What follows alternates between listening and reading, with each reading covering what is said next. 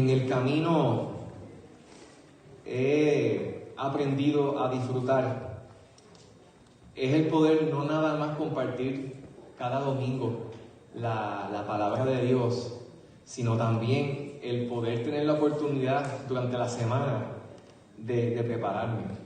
Y saben que el trabajo del ministerio pastoral, para que usted tenga una idea, consiste de varias cosas. Consiste en el cuidado de la gente, consiste en alimentar a la gente, consiste en administrar de alguna manera junto al equipo de gente que Dios pone la obra.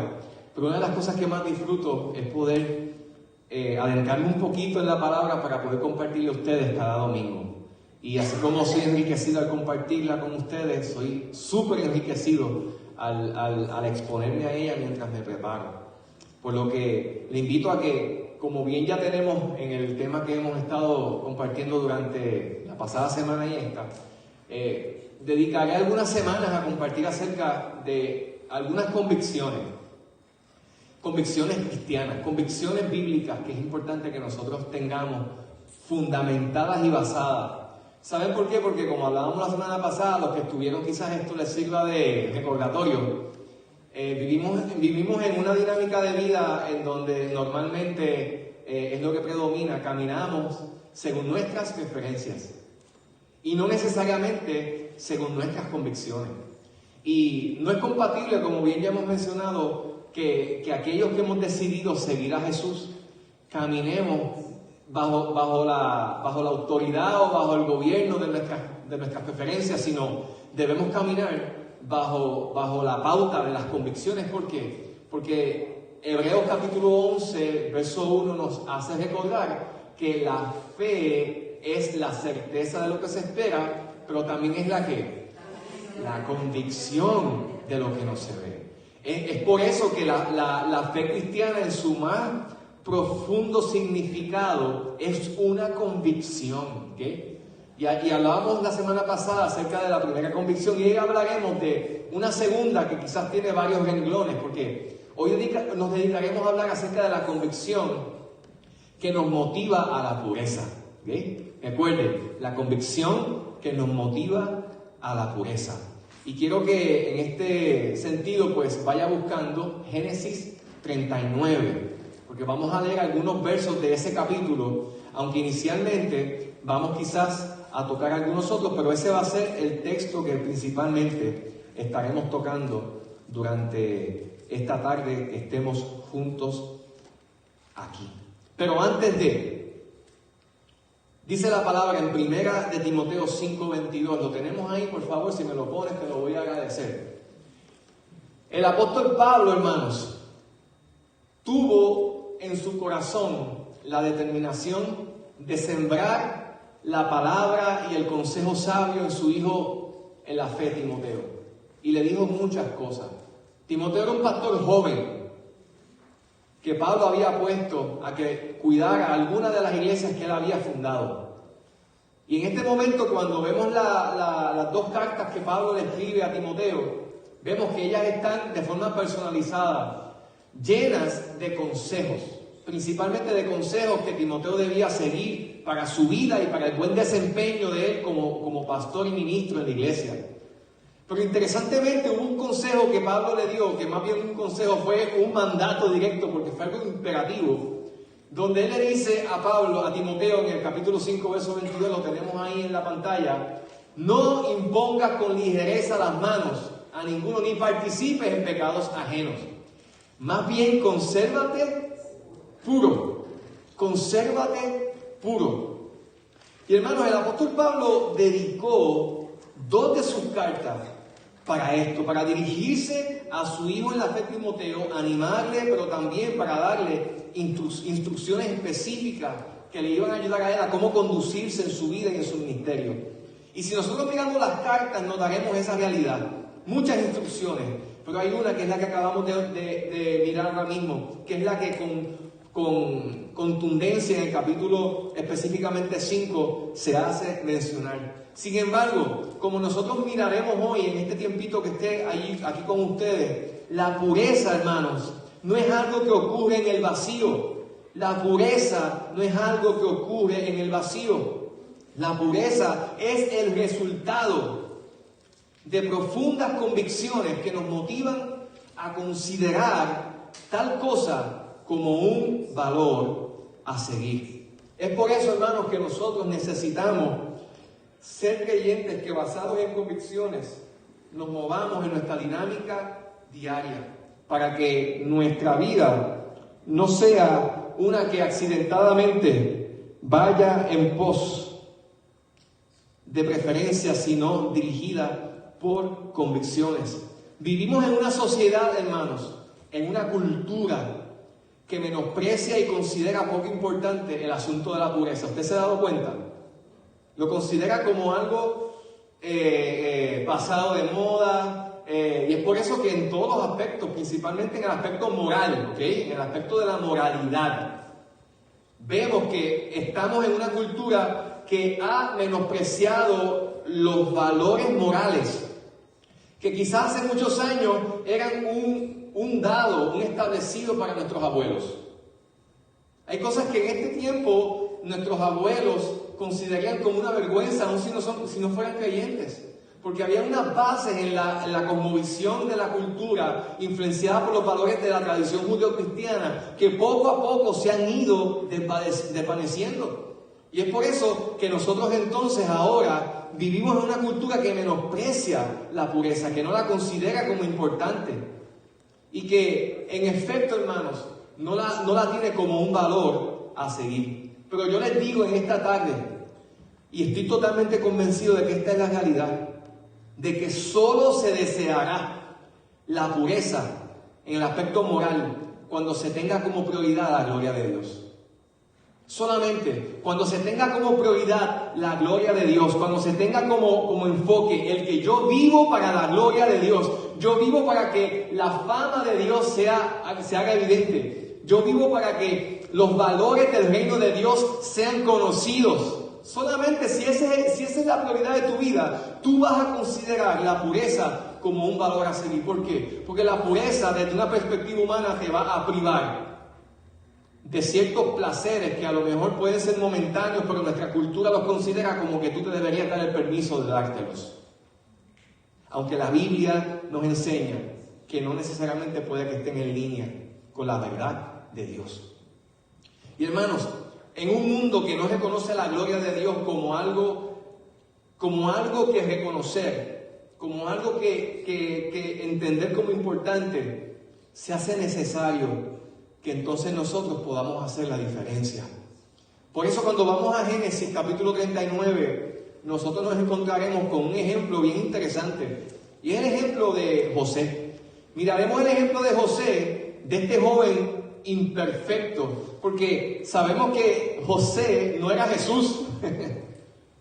José fue un joven imperfecto y que actuó con mucha inmadurez cuando, siendo el favorito de su padre, le hacía alarde en la túnica frente a sus hermanos y le decía: yo soy el favorito de mi papá.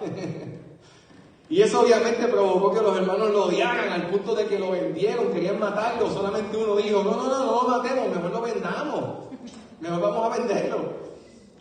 No sé qué es peor, matarlo y no venderlo. Pero ellos pensaron que no vamos a venderlo en vez de matarlo. Y Dios en su misericordia tenía un plan, hermanos. Y fíjense cómo, a pesar de los errores que a veces cometemos, Dios en su misericordia, cuando tiene un plan, aún es capaz de usar eso para que sus propósitos se cumplan. Por lo que miraremos, hermanos, a este joven imperfecto que evidentemente mostró tener las convicciones que nosotros necesitamos tener hoy día, a fin de que nosotros podamos mostrar ese fruto de la pureza y logremos glorificar a Dios y disfrutar de la bendición de Dios en nuestra vida. Porque cuando hablamos de la convicción que nos motiva a la pureza, estamos mirando aquello que, si yo decido perseguir, no nada más glorificará el nombre de Jesús, sino que también traerá beneficios a mi vida y a la vida de mis futuras generaciones. ¿Cuántos creen que eso es así? Aleluya. Vaya conmigo, Génesis 39. Leemos algo de la historia que es muy interesante. Si usted desea luego, le animo a que la pueda leer completa. Dice capítulo 39, verso 1. Cuando José fue llevado a Egipto, Potifar, un oficial de Egipto, de Faraón, capitán de la guardia, lo compró a los ismaelitas que lo habían llevado allá. Y esto es muy importante, subráyalo en su Biblia porque es un determinante en lo que vamos a estar compartiendo hoy. Y el Señor estaba con José, que llegó a ser un hombre próspero y estaba en la casa de su amo el egipcio. Verso 3, y vio su amo que el Señor estaba con él y que el Señor hacía prosperar en su mano todo lo que él hacía. Así encontró José gracia ante sus ojos y llegó a ser su siervo personal y lo hizo mayordomo sobre su casa y entregó en su mano todo lo que poseía. Y sucedió que desde el tiempo que lo hizo mayordomo sobre su casa y sobre todo lo que poseía, el Señor bendijo la casa del egipcio por causa de José. Y la bendición del Señor estaba sobre todo lo que poseía en la casa y en el campo. Verso 6.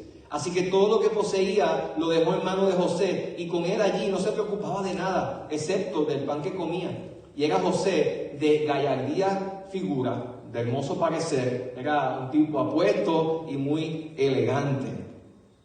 Verso 7. Sucedió después de estas cosas que la mujer de su amo iba a José con deseo y le dijo, acuéstate conmigo. Eso fue como que sin mucha palabrería, eso fue directito. Pero ¿qué hizo José?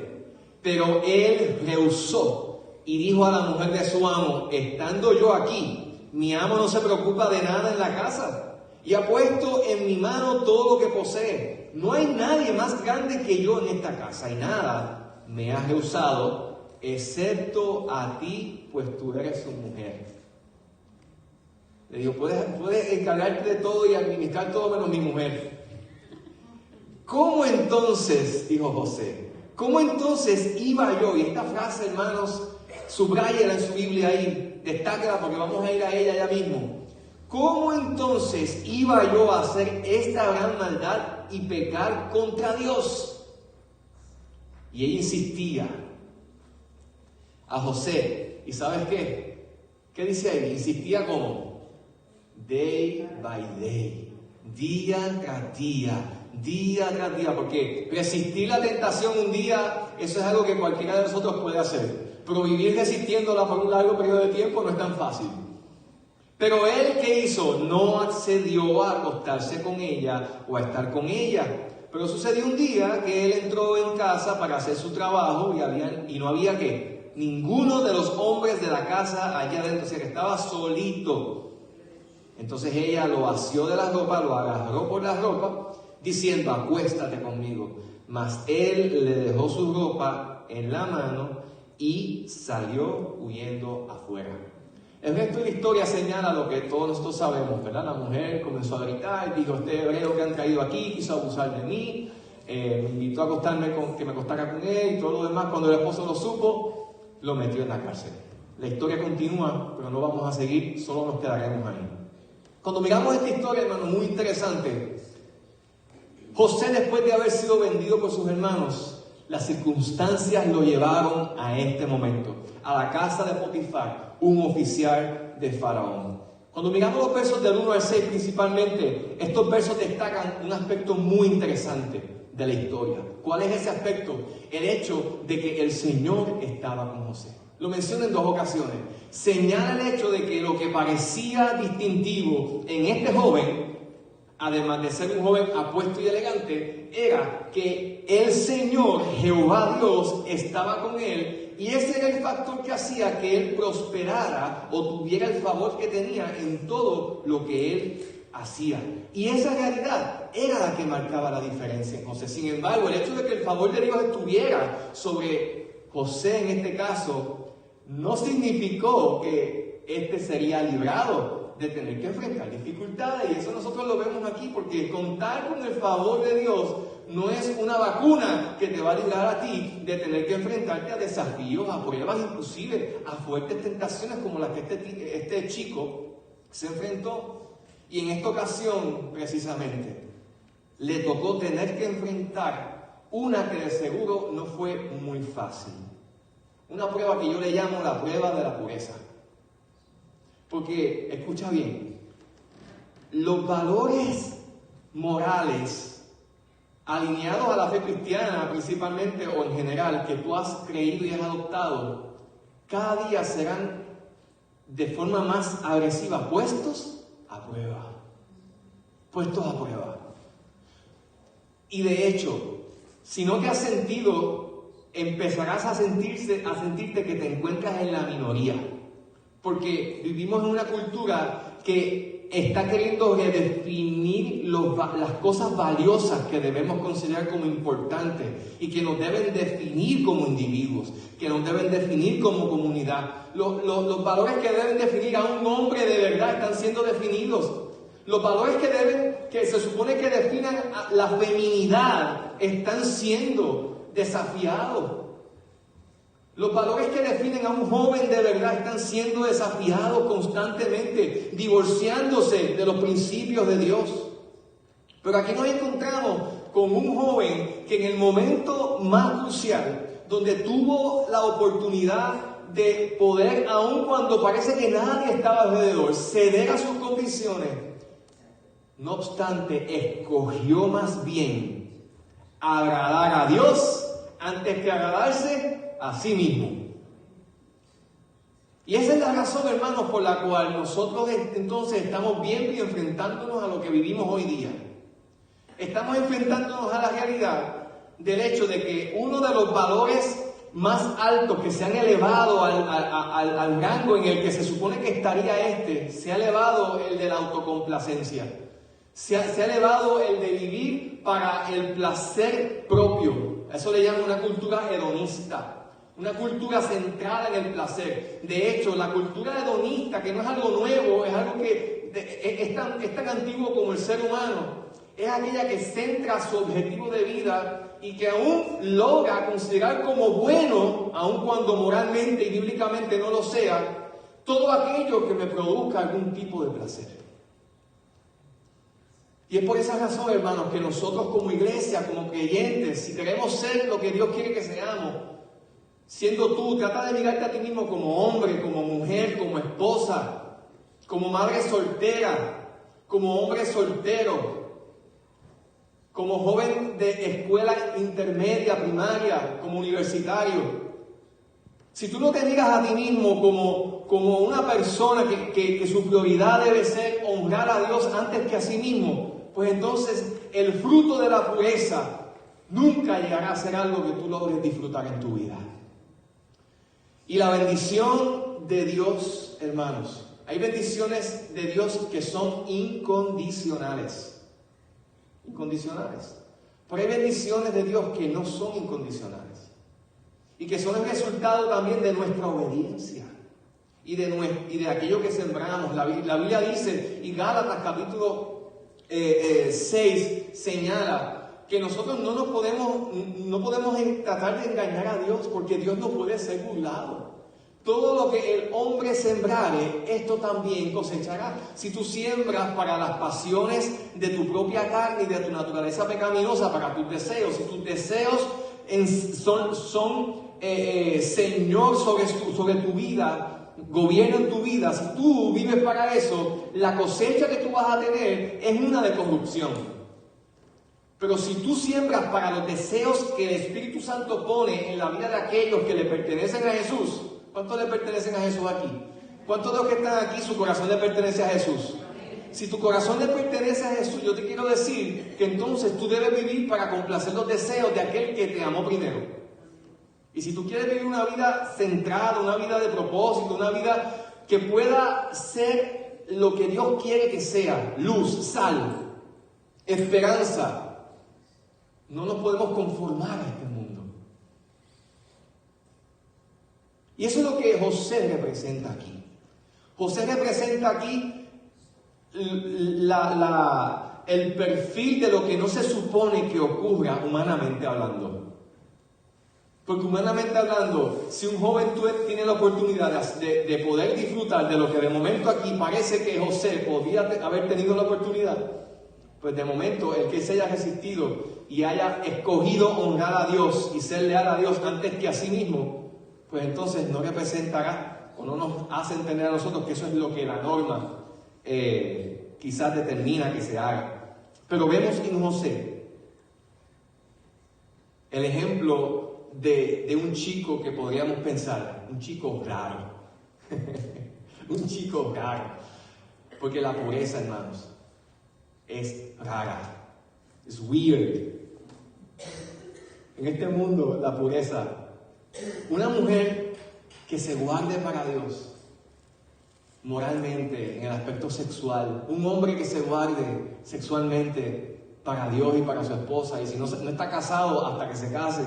Mientras está un hombre, una mujer que tiene la oportunidad, no nada más en este contexto de lo sexual, sino pensemos también en otros aspectos. Porque no nada más se mantiene el corazón puro buscando honrar a Dios en el aspecto de nuestra sexualidad, sino también en otros aspectos emocionalmente, materialmente, en nuestras finanzas, aún en las relaciones interpersonales. El valor de la pureza, hermanos, debe ser uno sobre el cual nosotros edifiquemos todo en nuestra vida. Pero no es la pureza que es motivada por el deseo egoísta de que la gente pueda ver cuán puro yo soy. Porque ya no estás siendo puro si esa es tu motivación. Es la pureza que nace del deseo de que Dios sea exaltado en tu vida. Es la pureza que nace del deseo de tú disfrutar, escucha bien, no de lo bueno de la vida, sino de lo mejor que Dios por medio de ella te ofrece. Hay muchos que se conforman con lo bueno, con lo momentáneo, y menosprecian lo eterno. Me hace pensar esto en el ejemplo de Jacob y Esaú. De hecho, Jacob siendo el papá de José, interesantemente, se cuenta, y la historia cuenta, de que en un momento dado, Jacob y Esaú se encontraban en una situación particular. La primogenitura le pertenecía ¿a quién? A Esaú. Los derechos de primogenitura eran derechos que le daban la oportunidad a ese hijo de ser el sustituto de su padre y de disfrutar de la herencia en caso de que su padre faltara. Jacob siendo, aunque gemelo, el que había nacido después, no era el primogénito, obviamente, pero tenía hambre de los derechos de la primogenitura. Y en un momento dado, de hecho, el nombre Jacob significa engañador. De momento dice que llegó Esaú del campo hambriento. Y le dice, y Jacob, listo al fin, sabiendo que estaba su hermano con hambre, le dijo, vamos a hacer un trato aquí, tú y yo. Si tú me das tu primogenitura, yo te voy a preparar un platito bien rico de lentejas para que esa hambre que tú tienes que te está matando, la puedas saciar. Cuento largo, corto. El hambre, la necesidad que tenía Esaú parece que es tan grande que él dijo, olvídate de la gracia de la primogenitura. La primogenitura representa la manifestación de la gracia de Dios, porque es algo que el hombre no recibe porque se lo gana, sino simplemente es porque Dios así lo quiso. Pero la estimó como poca. Dijo, ok, no hay problema. Negoció con Jacob. Y la historia, obviamente, al final de cuentas, añade otras cosas más. Pero ¿qué ocurre aquí? Por un plato de lentejas, Esaú negoció su primogenitura. Negoció la gracia dada por Dios, que le permitiría a largo plazo poder ser lo que Dios quería que fuera. Solamente, ¿por qué? Por el placer momentáneo. Negoció la pureza por el placer momentáneo, por la necesidad momentánea. Y eso es lo que precisamente José no estuvo dispuesto a negociar. Y eso a mí me llama mucho la atención. De hecho, lo que hace que esta historia sea interesante es el hecho, hermanos, de cuál fue la motivación que llevó a José a permanecer puro. Más adelante, José le señala a esta mujer de manera clara y de manera contundente la razón principal que le motivó a negar rotundamente el pedido de ella. Verso 9, subraya eso en su Biblia. Si usted le preguntan qué motivó a José a permanecer puro, su deseo de ser leal a Dios y a la autoridad inmediata que tenía de frente.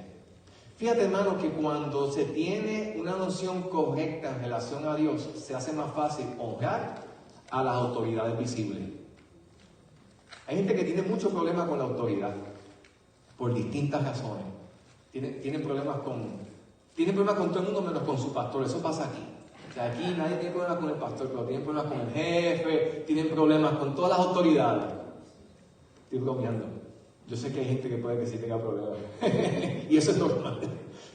Pero sepa usted, hermano, que hay gente que tiene problemas con la autoridad. Que no respetan a su jefe, no respetan a sus padres, la autoridad. Tienen un problema, chocan con la autoridad todo el tiempo. Y usted sabe qué refleja eso, no nada más que estás herido con alguien que posiblemente te hirió, una autoridad que de momento se supone que te amara y fue un tirano en tu vida, y ahora tú resistes todas las autoridades porque de momento, aunque no te das cuenta, hasta en el inconsciente puede que tu respuesta venga motivada por eso. Pero yo me he dado cuenta que una de las cosas que ocurre cuando tú disfrutas del señorío amoroso de Dios, cuando tú disfrutas de esa comunión linda que Dios te ofrece cuando tú te acercas a Él, es que te das cuenta de que existe, aunque pienses que no exista, una autoridad misericordiosa. Una autoridad que opera en virtud de una gracia y de una misericordia. Que es justo, que disciplina, ¿cierto o falso? Pero que trata con misericordia. Me encanta cuando el libro de Proverbios habla y dice, con misericordia y con verdad se corrige el pecado. Y es que precisamente esa es la manera en la que Dios obra con nosotros. Y entendiendo esa realidad, nos damos cuenta de que en este caso José tenía muy claro de que valía la pena honrar a Dios. Te pregunto, ¿tú crees que vale la pena honrar a Dios? ¿Vale la pena honrar a Dios? ¿Valdrá la pena honrar a Dios, hermanos? Claro que sí vale la pena. ¿Cómo entonces iba yo a hacer esta gran maldad y pecar contra Dios? ¿Cómo yo iba a hacer esto y pecar contra Dios? De hecho, más adelante en el texto nos señala que la mujer en su insistencia ya no tan solo le pidió a José que se acostara con ella. ¿Qué dice el texto más adelante que leímos? Le agarró por la ropa e insistió, acuéstate conmigo. Y ya cuando las palabras de José no fueron suficientes, ya cuando la convicción de José no fue suficiente, huir entonces fue la única opción que tuvo. Porque hay veces que para poder permanecer puro, te va a tocar tener que huir. Yo he aprendido algo. Digo, no lo he aprendido porque he tenido la oportunidad, porque esto es algo quizás, ¿verdad?, metafórico, pero el león que ruge, tú no le pones la mano para que comas de tu mano. Del león tú huyes, tú nunca lo enfrentas. De un león nunca te des el lujo de enfrentar. De un león se huye. ¿Ok? De un insecto, pues tú lo aplastas. Pero de un león tú huyes. Y un momento como este, hermano, en donde la pureza, en donde la honra debida al nombre de Jesús en tu vida está puesta en juego, te tocará, si es que fuera el caso, no nada más declarar tu convicción, sino también que huir, correr de ella. Y eso fue lo que evidentemente vemos que José hizo. Curioso, hermanos, parecería ser que si tú haces lo correcto, las consecuencias de lo que ocurra deberían ser favorables, ¿cierto o falso? Qué bueno, ¿verdad? Cuando tú haces lo correcto delante de Dios y eres premiado por los hombres. Pero ¿qué cuando el precio por la pureza incluye la malinterpretación y la injusticia? Le preguntas a Dios, ¿pero por qué? Es ahí donde la lógica humana choca con la de Dios. Es donde ahí los misterios del reino de Dios de momento chocan con la perspectiva humana. Y le decimos, Señor, no se supone que yo tenga que sufrir si estoy queriendo agradarte a ti. José es una figura de Cristo, hermano. Él no es Cristo, pero la experiencia de José nos debe apuntar a nosotros a que Dios mismo, en la revelación general de todo lo que Dios quiso que supiéramos por medio de su palabra, a través de cada personaje, estaba dándonos una primicia del Evangelio, enseñándonos cómo José, a través de su experiencia de vida, apuntaba a ese cordero que recibiría la injusticia, el trato injusto de los hombres, dice la palabra, sin haber cometido pecado, fue tratado como pecador, para que en su justicia, en su obediencia, nosotros recibiéramos el perdón, la justificación, la redención, la esperanza eterna. Aleluya. Por lo cual esto no nada más nos presenta una pauta de qué debemos hacer, sino también nos recuerda ese maravilloso Cordero de Dios, nuestro Salvador, que dio su vida por nosotros de la manera en la que lo hizo y que haciendo lo correcto recibió el trato de un pecador. Así que significa entonces que si tu prioridad en la vida es moverte sobre la base de las convicciones, puede que el trato que recibas no sea el justo de parte de los hombres. Pero ¿sabes qué? La historia de José nos ilustra que aunque su experiencia a corto plazo fue de injusticia, su experiencia a largo plazo fue una de reivindicación. De reivindicación al grado de que gracias a la experiencia vivida por él, Dios no nada más tenía en mente el bienestar de José y el trato de Dios con él, sino Dios tenía como objetivo la preservación de todo un pueblo. De todo un pueblo que si miramos en la historia general, sería el pueblo a través del cual vendría el Salvador para redimir a todos los pecadores, entre los cuales estamos usted y estamos nosotros. Así que en esta historia, hermanos, en esta historia está la marca de lo que ocurriría siglos y siglos después, y que hoy nos ilustra a nosotros, como también en nuestra experiencia de vida, cuando nos toque tener que responder a desafíos particulares y digamos, no Señor, yo quiero honrarte a ti primero, yo quiero honrarte a ti, no es lógico, yo puedo sentir que me merezco esto, yo puedo sentir que me merezco este regalo, que me merezco esto, pero no es correcto, no es ético, no es moral, no te agrada a ti, yo no lo voy a aceptar. Yo voy a ser radical para ti en este aspecto. Porque me hace más sentido honrarte a ti que honrarme a mí mismo. Hermano, escúchame bien. Tú amas aquello que honras primero. Eso es lo que tú amas. Por eso es que la Biblia habla de que le demos las primicias al Señor. En el aspecto, ¿verdad?, de nuestras ofrendas, nuestro tiempo, por ejemplo, nuestro tiempo, todo lo que es. Porque aquello que tú haces primero determina lo que es prioritario para ti. Interesante, amado. Fijémonos, amado, en José, de forma más específica un momento. Definitivamente José demostró haber respondido ante este tiempo de tentación persistente y de crisis de una sola manera, conforme a convicciones. No hay, amados, espacio. No hay espacio para pensar que en algún momento alguna preferencia haya sido considerada, en este caso por José, ni siquiera por un momento. Por lo cual vale la pena, y con esto quiero ya ir puntualizando lo que quiero que te quedes en tu corazón al salir de aquí hoy, que nos preguntemos qué podría haber, dale al próximo, qué podrá haber motivado a José a responder de la manera en la que lo hizo. Y cuando nosotros miramos lo que en verdad pudo haber motivado a José a responder de la manera en la que respondió, fue número uno, lealtad a su amo. Pero sobre todo, lealtad y fidelidad al Dios del cielo. Lealtad, fidelidad, pero también temor de Dios, hermanos. Y sabe usted que sin que la Biblia nos lo diga de forma concreta, hay algo que parece que José tenía bien claro. José tenía muy claro la doctrina de la omnipresencia de Dios. Él todavía no tenía conocimiento del Salmo 139, 7 al 12.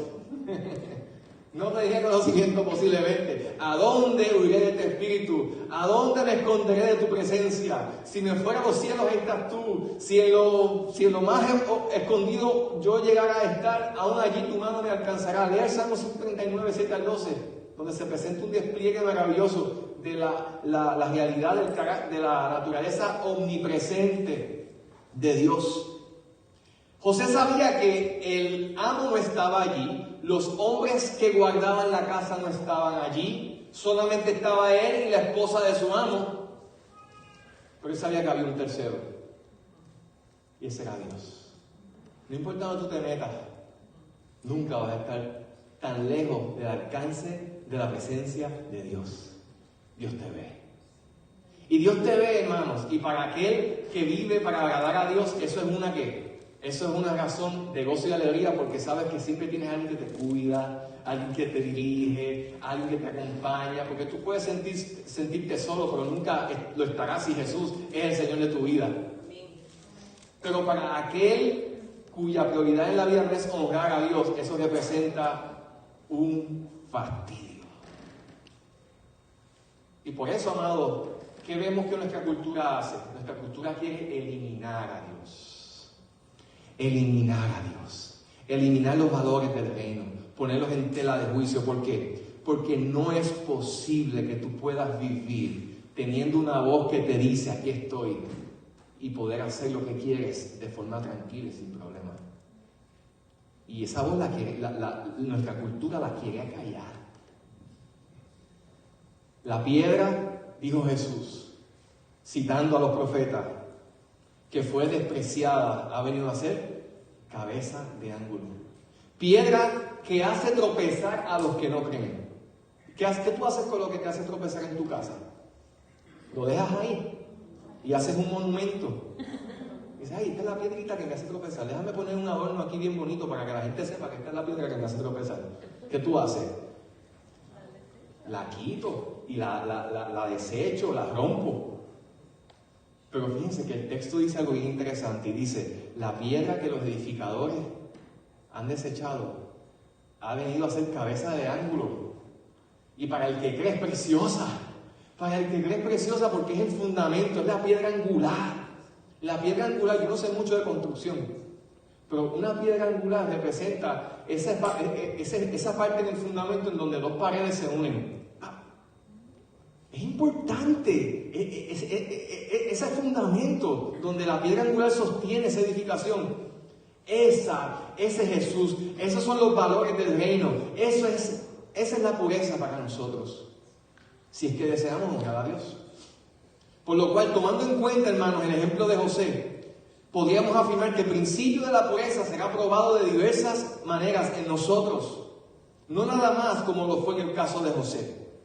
Sin embargo, podemos sin lugar a dudas afirmar que fueron tres, hermanos, y aquí sí los tengo ahí, ponlos por favor para que los anoten y usted pueda asimilarlos y reflexionar en ellos. Fueron tres los principios, tres, hermanos, que llevaron a José a responder ante la crisis, no conforme a sus preferencias, sino conforme a sus convicciones. Tres principios, hermanos. Si tú te preguntas hoy, ¿qué me podrá, conforme al ejemplo de José, qué me podrá llevar a mí a poder responder ante la crisis, ante una crisis en donde se ponga a prueba mi determinación a vivir una vida en pureza para Dios? ¿Qué tres principios yo debo tener en mente para que yo pueda responder en base a convicciones, no conforme a mis preferencias? ¿Qué tres principios yo necesito? El primero, hermanos, conciencia de la presencia de Dios. Conforme a la revelación que en el momento específico de la historia había acceso, conforme al rango de revelación al cual se tenía acceso hasta el momento, Jesús no había nacido todavía. La revelación progresiva de Dios no estaba se había completado ni todavía en algún sentido para la eternidad. José estaba cubierto, ¿por qué? Por la presencia de Dios. Y esa es una posibilidad para nosotros ahora, si es que Jesús es aquel en quien tú has puesto la confianza para salvación en tu vida. Si tú has recibido la salvación en Cristo, si eres hijo o hija de Dios, si te convertiste a Jesús, si le entregaste tu vida al Señor y ahora vives para Él, se te ha dado el regalo del Espíritu Santo, su presencia. Porque a la hora de la verdad, lo que preservó a José no fueron sus fuerzas. Era la realidad de que él estaba ¿cómo? Él estaba invadido, ¿por qué? Por la realidad de la presencia de Dios en su vida. El Señor estaba con José, el Señor estaba con José. Y luego de que se menciona en dos ocasiones, cuando vino el tiempo de la crisis, ¿qué dijo él? ¿Habré yo de deshonrar a Dios?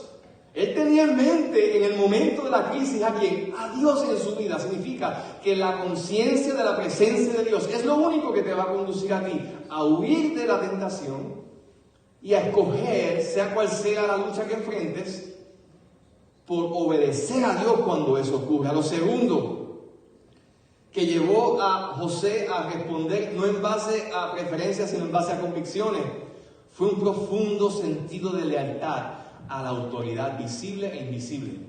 La autoridad visible, que era la de su amo. Oye, ¿cuánto le gustaría tener a un empleado, a un ayudante como José?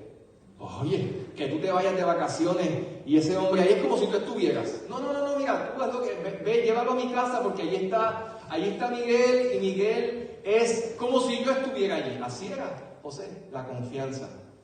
¡Qué bendición! Y José, ¿qué dijo? Yo no voy a traicionar la confianza de mi amo. Los creyentes debemos ser así. Aquellos que tenemos conciencia de la presencia de Dios, debemos honrar a Dios. Ahora, cuando la honra a la autoridad visible se interponga con la honra a Dios, ¿cuál debemos escoger? Es menester que obedezcamos a Dios antes que a los hombres.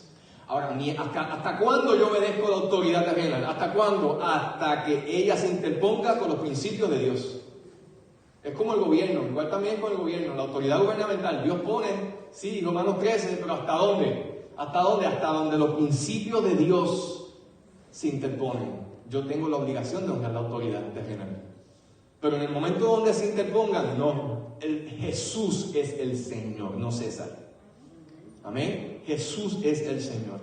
Y para eso, esa era la conciencia de José. Y tercero, hermanos, el tercer principio que nos llevará a nosotros a poder ser capaces de responder, no conforme a nuestras preferencias, sino conforme a convicciones, es, amado, un profundo sentido de fidelidad a Dios. Fidelidad, pero sobre todo, hermanos, y eso lo pongo en letra mayúscula, temor a Dios. Temor a Dios. Ponme el próximo slide, por favor. Proverbios 16, verso 6. Es un texto bien hermoso. Dice: con misericordia y verdad se corrige el pecado, y con el temor de Jehová los hombres se apartan del mal. Con el temor del Señor es una conciencia, amado, de respeto. Para un no creyente, hermano, escúchame bien esto. Para un no creyente, el temor de Dios es temer el juicio y la muerte eterna, que no es otra cosa que separación eterna de Dios. Pero para un creyente, el temor de Dios no es algo negativo. Para un creyente, el temor de Dios es algo muy distinto. El temor de Dios en el creyente es un reverenciar a Dios en su vida. Es un reconocer a Dios. Es una reverencia que se traduce en admiración. Amén. En admiración a Dios. Eso es lo que realmente significa. Y eso es lo que definitivamente a nuestro aquí amigo José le llevó a escoger por la pureza. Así que, amado, ¿qué necesitarás? Me gusta dejarte con un punto práctico para que al salir de aquí puedas tener una idea. Desde la perspectiva de Cristo en tu vida, desde la perspectiva del Evangelio, desde la perspectiva de ahora tú en Jesús, tener al Espíritu Santo en tu vida. ¿Qué necesitarás a fin de que logres sostener esta clase de convicción que te mantenga en pureza? ¿Qué necesitarás? Pónmelo ahí, por favor, lo tenemos ahí en la pantalla. Conciencia y evidencia de la presencia de Dios. Conciencia y evidencia de la presencia de Dios. Necesitarás un profundo sentido de honra y lealtad a la autoridad humana y a la autoridad divina. Necesitarás un compromiso con la fidelidad a Dios. Necesitarás una convicción profunda en el temor de Dios.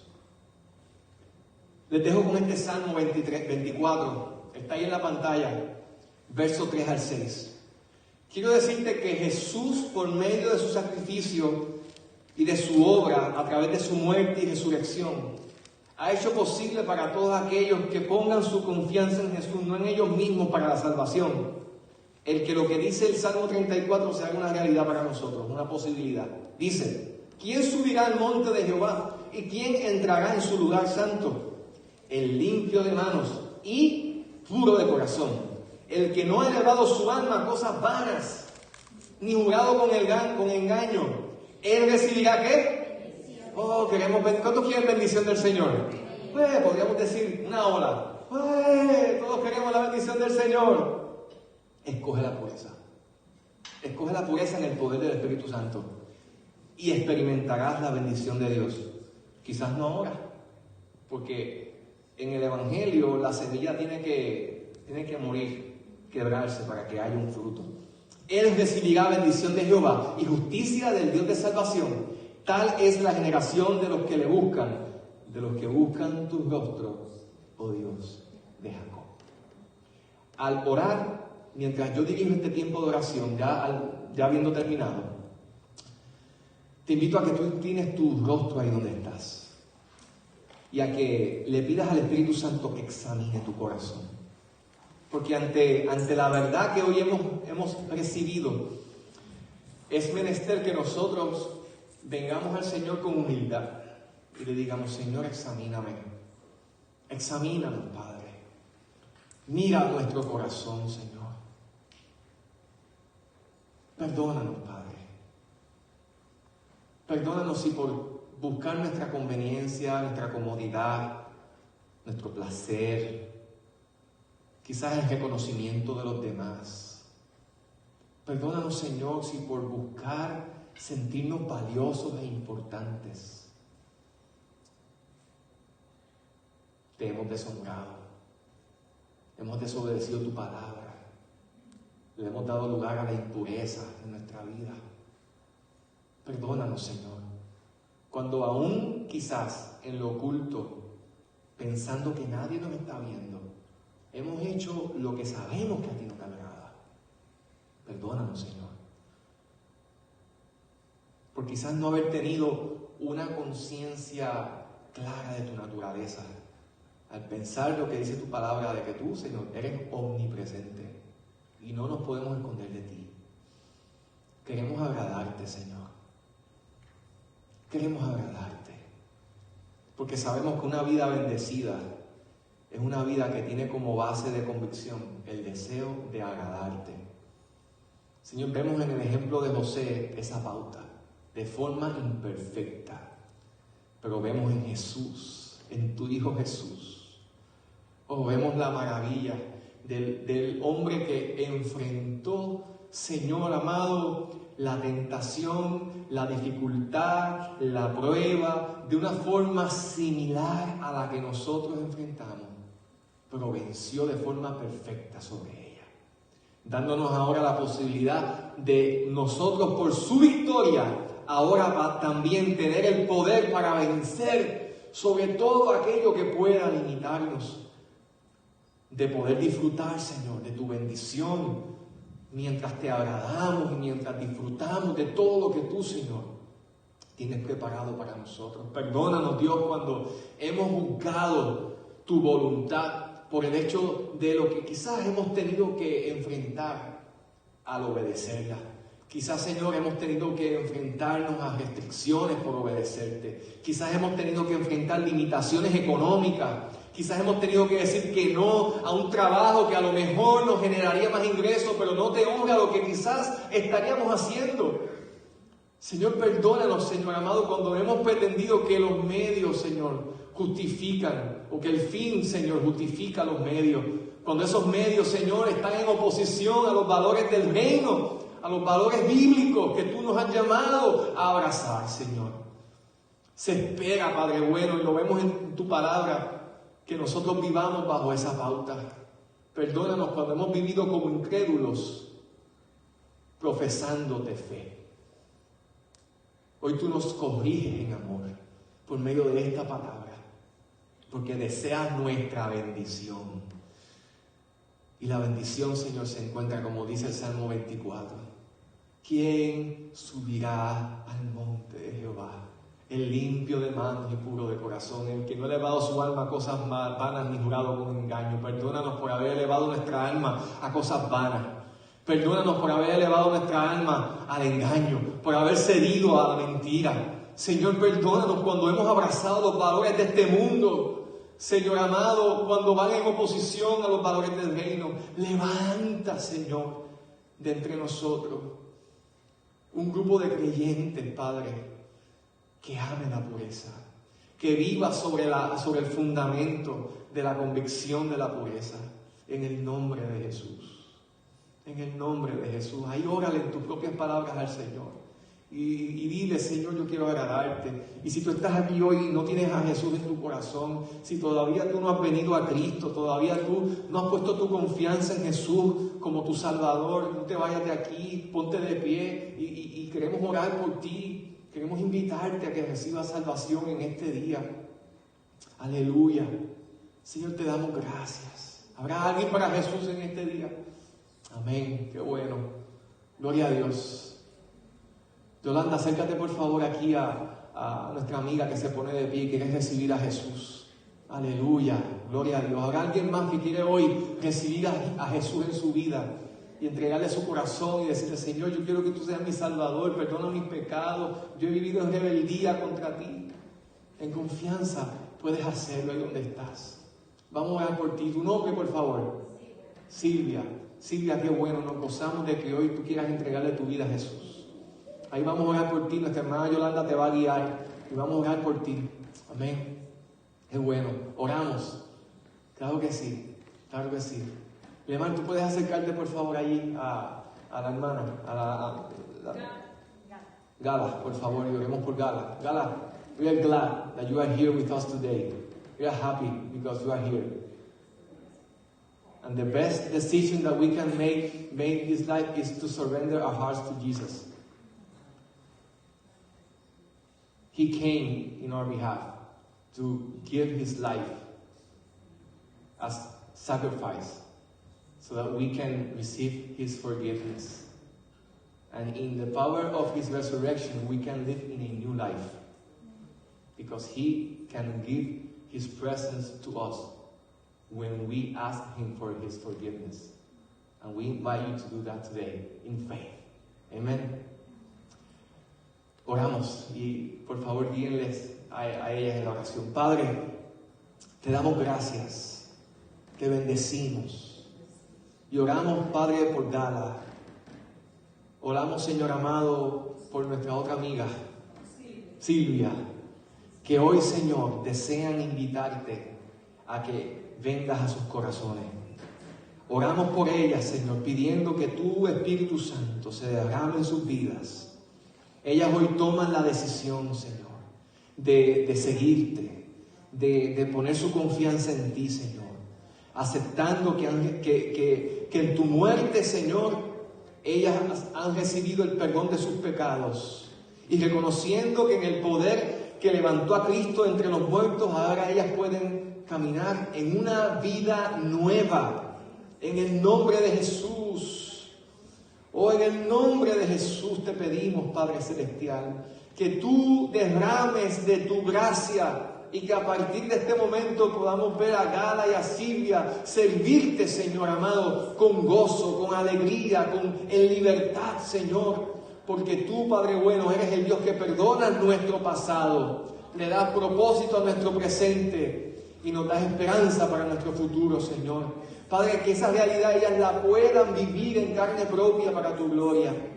En el nombre de Jesús. Padre, gracias por este tiempo. Y gracias, Dios mío, por la bendición de poder celebrar juntos. No nada más el recordatorio de lo que nos llamas a hacer, sino también de ver almas que rinden sus corazones a ti, Señor. En el nombre de Jesús. En el nombre de Jesús. Amén. Amén. Al final, por favor, no se vayan sin darle un saludo a Gala.